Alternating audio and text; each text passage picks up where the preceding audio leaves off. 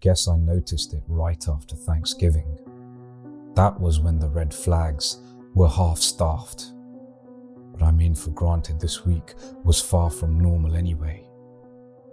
This year, we flocked away from doing the traditional go to her mother's house with undying urge to blast my brains out as her mum drunkenly tells me how shitty of a husband I am to her daughter. And instead, we opted for this little cabin upstate, far, far away from the headache that is in my in-laws. Now, the holiday went relatively normal. Instead of turkey, we ordered pizza from this little place stuffed in the corner of a sleepy town and watched Netflix on my laptop. Thank God for a mobile hotspot. That's what makes this so confusing. We were so okay, so normal. If anything, I think we had a better connection there than we did at home. We managed to get some work done. I did some writing and she did some photography in the beautiful Massachusetts wilderness. Everything felt perfect until it didn't. That's when I noticed her phone. I guess the notifications started getting really bad on our way home the next day. The slight buzz of a phone on a lap while she was passed out seeped through the quiet morning talk show radio at least 20 times in an hour. I ignored it, jotting it down to finally getting in range of a good cell signal, maybe work or a mum. But it didn't stop. Throughout the next 2 days, I'd hear that faint buzz. I actually did try to see who it was on the first night. She left her phone on the couch as she went into the kitchen to make a new bag of popcorn. And as she did, the phone's vibration rippled right to me. It was like a drug addiction, and I needed my fix. I reached for it, but as I did, she bolted back in the room like a fucking horror movie and snagged it before I could. Eventually, I just snapped. "All right. Who the hell is that? It's been going off all day," I asked hopelessly. "It's just a friend," she said shortly before turning around and darting back into the kitchen, cell phone in hand.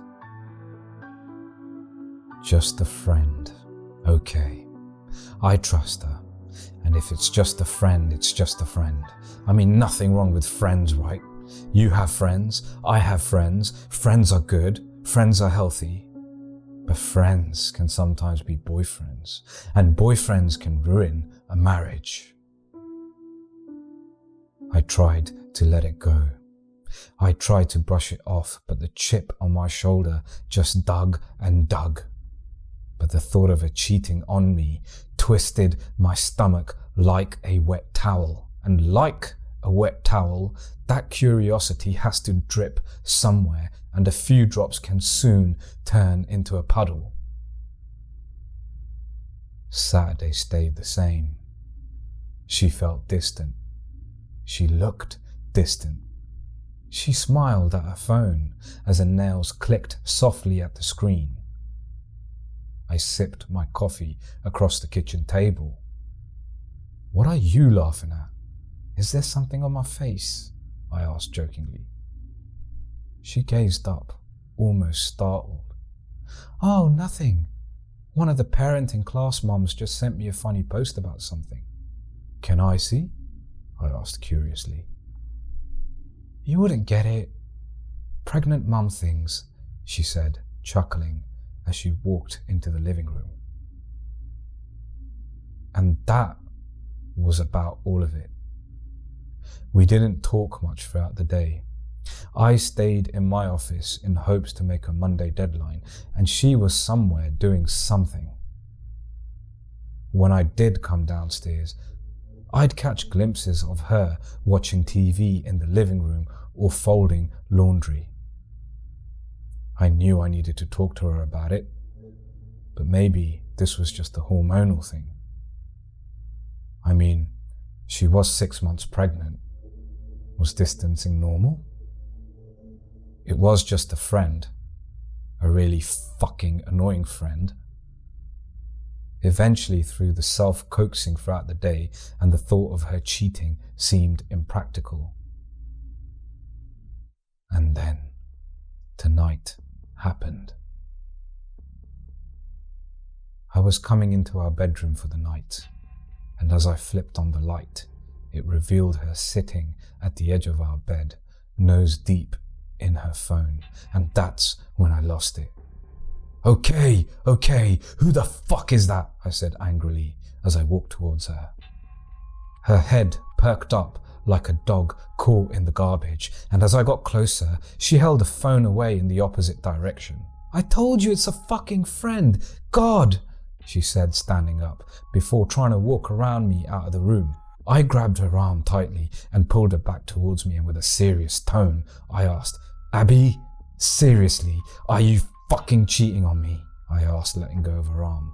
Did you find someone while you were in town? Is that what's been blowing up your fucking phone the last 2 days? No, Jesus Christ, no. You really want to know? It's a surprise. It's for your fucking birthday, you ignorant jackass, she said as she shoved me off of her. I could feel my face seep pale as she stormed out the room. Tears ran down her face. She stayed downstairs and I stayed confined to the bedroom, scared to even get in her sight. I stared at the ceiling until about 2 a.m. when I heard the creak of the door open and then the lights clicked on. She stood in the doorway, stone-faced. They think my mum had a heart attack. They're taking her to the hospital by ambulance. I gotta go. Oh my God, yeah, okay, I'll drive, I said, sitting up, going to my dresser drawer to get a jacket. No, you stay. God, the sight of you will just piss her off. I'll text you updates. Hopefully I'll be home by the morning. She turned around to go back out the door, but she stopped and turned back. I love you, she said before walking out. I love you too, I yelled towards the door before sitting back down on my bed. My thoughts finally settled, but after 2 days worth of that madness, my half-staffed red flags went full blown, and that's when the thought circled back to me. Was she meeting with someone? Was her mum really hurt? So I did the only logical thing I could think of as I caught eyes on a MacBook sitting on the bedside table. And as much as I knew I shouldn't, I had to settle the curiosity. Opening the computer lid, the screen illuminated against my face, and as I clicked the iMessage icon, I read this. All right, money has been received. I will be there in 20. Find a good excuse to leave the house. I'll try and make it look like a suicide.